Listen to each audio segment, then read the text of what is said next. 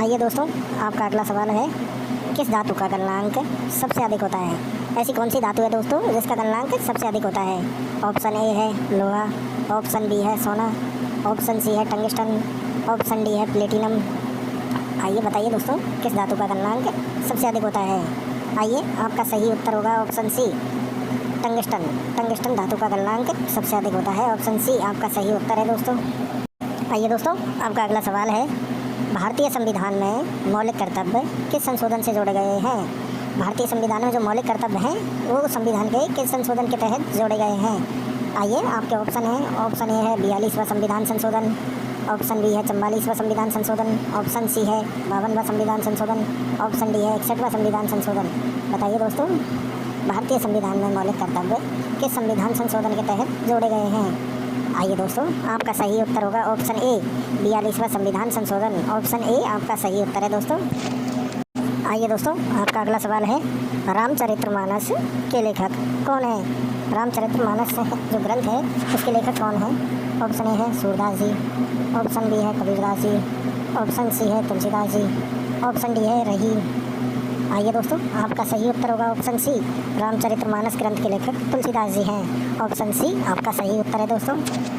आइए दोस्तों, भारत की पहली महिला राज्यपाल कौन थी? भारत की जो पहली महिला राज्यपाल थी वो कौन सी महिला थी? ऑप्शन ए है सरोजनी नायडू, ऑप्शन बी है प्रतिभा पाटिल, ऑप्शन सी है इंदिरा गांधी, ऑप्शन डी है सुचेता कृपलानी। आइए दोस्तों, आपका सही उत्तर होगा ऑप्शन ए, सरोजनी नायडू भारत की पहली महिला राज्यपाल बनी थी। ऑप्शन ए आपका सही उत्तर है, सरोजनी नायडू। आइए दोस्तों, आपका अगला सवाल है, विश्व का सबसे गहरा महासागर कौन सा है? विश्व का जो सबसे गहरा महासागर है वो कौन सा है? ऑप्शन ए है हिंद महासागर, ऑप्शन बी है अटलांटिक महासागर, ऑप्शन सी है प्रशांत महासागर, ऑप्शन डी है आर्कटिक महासागर। आइए दोस्तों, बताइए विश्व का सबसे गहरा महासागर कौन सा है? आइए दोस्तों, आपका सही उत्तर होगा ऑप्शन सी, प्रशांत महासागर। विश्व का सबसे गहरा महासागर है प्रशांत महासागर, जिसकी सबसे गहरी जगह है मेरियाना ट्रेंच, मेरियान गर्त। ऑप्शन सी आपका सही उत्तर है दोस्तों, प्रशांत महासागर। आइए दोस्तों, आपका अगला सवाल है, किस नदी को बिहार का शोक कहा जाता है? कौन सी नदी को बिहार का शोक कहा जाता है? ऑप्शन ए है गंगा नदी, ऑप्शन बी है कोसी नदी, ऑप्शन सी है दामोदर नदी, ऑप्शन डी है घाघरा नदी। आइए दोस्तों, आपका सही उत्तर होगा ऑप्शन बी, बिहार का शोक कोसी नदी को कहा जाता है। ऑप्शन बी आपका सही उत्तर है दोस्तों। और अगर किसी को भी किसी भी क्वेश्चन का अगर पहले से अगर उत्तर मालूम है तो कमेंट बॉक्स में ज़रूर बताइएगा दोस्तों। वीडियो को लाइक एंड सब्सक्राइब, चैनल को सब्सक्राइब कर लो। आपको अच्छे अच्छे क्वेश्चन देखने को मिलेंगे SSC, CHL, railway, group D, NTPC के लिए बहुत बढ़िया जीके के क्वेश्चन लेके आया हूँ, टॉप 50। आइए दोस्तों, आपका अगला सवाल है, सारे जहां से अच्छा किसने लिखा था? सारे जहां से अच्छा जो नारा था उसके लेखक कौन थे? ऑप्शन ए है बंकिम चंद्र, ऑप्शन बी है इकबाल, ऑप्शन सी है प्रेमचंद, ऑप्शन डी है दिनकर जी। बताइए दोस्तों, सारे जहां से अच्छा किसने लिखा था? आइए दोस्तों, आपका सही उत्तर होगा ऑप्शन बी, सारे जहां से अच्छा इकबाल ने लिखा था। ऑप्शन बी आपका सही उत्तर है दोस्तों। और ये 2026 के हिसाब से वेरी इंपॉर्टेंट क्वेश्चन है दोस्तों, नोट कर लीजिएगा, 2 बार आ चुका है एसएससी सीएचएल में ये क्वेश्चन। आइए दोस्तों, आपका अगला सवाल है, भारत में योजना आयोग का गठन कब हुआ? भारत में जो योजना आयोग था उसका गठन कब किया गया था? ऑप्शन ए है 1947 में, ऑप्शन बी है 1950 में, ऑप्शन सी है 1952 में, ऑप्शन डी है 1960 में। बताइए दोस्तों, भारत में योजना आयोग का गठन कब किया गया था? आइए दोस्तों, आपका सही उत्तर होगा ऑप्शन बी, 1950 में भारत में योजना आयोग का गठन किया गया था। ऑप्शन बी 1950 आपका सही उत्तर है दोस्तों। आइए दोस्तों, आपका अगला सवाल है, किस भारतीय वैज्ञानिक को मिसाइल मैन कहा जाता है? कौन सा भारतीय वैज्ञानिक है जिसे मिसाइल मैन के नाम से जाना जाता है? Option A Homi Jehangir Bhabha, option B APJ Abdul Kalam, option C Vikram Sarabhai, option D CV Raman. बताइए दोस्तों, आइए, आपका सही उत्तर होगा दोस्तों ऑप्शन बी, एपीजे अब्दुल कलाम को भारत के मिसाइल मैन के नाम से भी जाना जाता है। ऑप्शन बी आपका सही उत्तर है दोस्तों, एपीजे अब्दुल कलाम आज़ाद। आइए, आपका अगला सवाल है, भारतीय संविधान की प्रस्तावना में कितने प्रकार के न्याय का उल्लेख है? भारतीय जो संविधान की प्रस्तावना है दोस्तों उसमें कितने प्रकार के न्याय हैं, उनके उल्लेख हैं? ऑप्शन ए है 2 प्रकार के, ऑप्शन ई है 3 प्रकार के, ऑप्शन सी है 4 प्रकार के, ऑप्शन डी है 5 प्रकार के। आइए दोस्तों, आपका सही उत्तर होगा, भारतीय संविधान की प्रस्तावना में 3 प्रकार के न्याय का उल्लेख है। ऑप्शन बी आपका करेक्ट आंसर होगा दोस्तों, भारतीय संविधान की प्रस्तावना में 3 प्रकार के न्याय का उल्लेख है। ऑप्शन सी, ऑप्शन बी आपका सही उत्तर है दोस्तों। आइए, आपका अगला सवाल है, किसे भारतीय पुनर्जागरण का जनक कहा जाता है?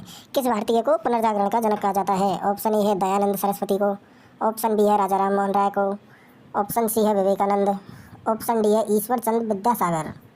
आइए दोस्तों, आपका सही उत्तर होगा ऑप्शन बी, राजा राम मोहन राय को भारतीय पुनर्जागरण का जनक कहा जाता है, राजा राम मोहन राय को। ऑप्शन बी आपका सही उत्तर है दोस्तों।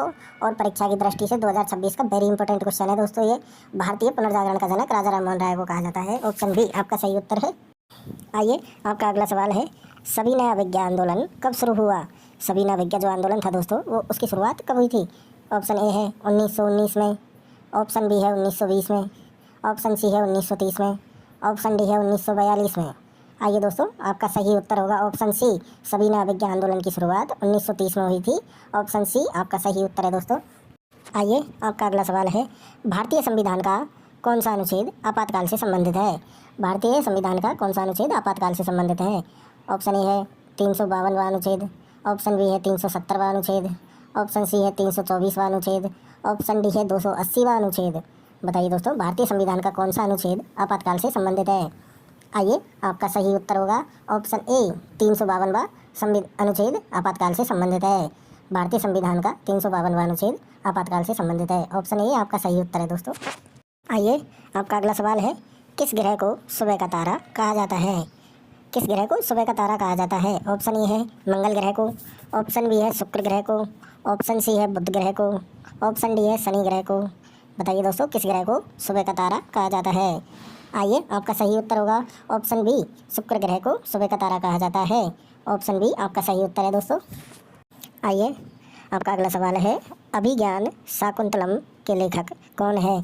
अभिज्ञान शाकुंतलम जो पुस्तक है शाकुंतलम, उसके लेखक कौन है? ऑप्शन ए है कालिदास जी, ऑप्शन बी है भवभूति, ऑप्शन सी है बाणभट्ट, ऑप्शन डी है तुलसीदास जी। आइए दोस्तों, आपका सही उत्तर होगा ऑप्शन ए, कालिदास। अभिज्ञान शाकुंतलम पुस्तक के लेखक कालिदास जी हैं। ऑप्शन ए आपका सही उत्तर है। आइए दोस्तों, आपका अगला सवाल है, भारत में हरित क्रांति के जनक कौन माने जाते हैं? भारत में जो हरित क्रांति के जो जनक हैं वो कौन हैं? आइए, आपका सही उत्तर होगा ऑप्शन ए, भारत में हरित क्रांति के जनक एम.एस. स्वामीनाथन को माना जाता है। ऑप्शन ए आपका सही उत्तर है दोस्तों। आइए दोस्तों, आपका अगला सवाल है, भारतीय संविधान का कौन सा भाग राज्य के नीति निर्देशक तत्वों से संबंधित है? बताइए दोस्तों, भारतीय संविधान का कौन सा भाग राज्य के नीति निर्देशों से के तत्वों से संबंधित है? आइए, आपका सही जवाब होगा ऑप्शन सी, भाग 4 राज्य के नीति निर्देशों के तत्वों से संबंधित है। ऑप्शन सी आपका सही उत्तर है दोस्तों। आइए, आपका अगला सवाल है, विश्व का सबसे बड़ा द्वीप कौन सा है? विश्व का जो सबसे बड़ा द्वीप है वो कौन सा है? बताइए। आइए, आपका सही उत्तर होगा दोस्तों ऑप्शन बी, विश्व का सबसे बड़ा द्वीप ग्रीनलैंड है। ऑप्शन बी आपका सही उत्तर है दोस्तों। और अगर किसी को भी पहले से अगर उत्तर मालूम है किसी भी क्वेश्चन का तो कमेंट बॉक्स में ज़रूर बताइएगा दोस्तों। साथ ही साथ वीडियो को शेयर कर दो एंड लाइक कर लो, चैनल को सब्सक्राइब कर लो। आइए, आपका अगला सवाल है, भारत का नेपोलियन किसे कहा जाता है? भारत का नेपोलियन किसे कहा जाता है?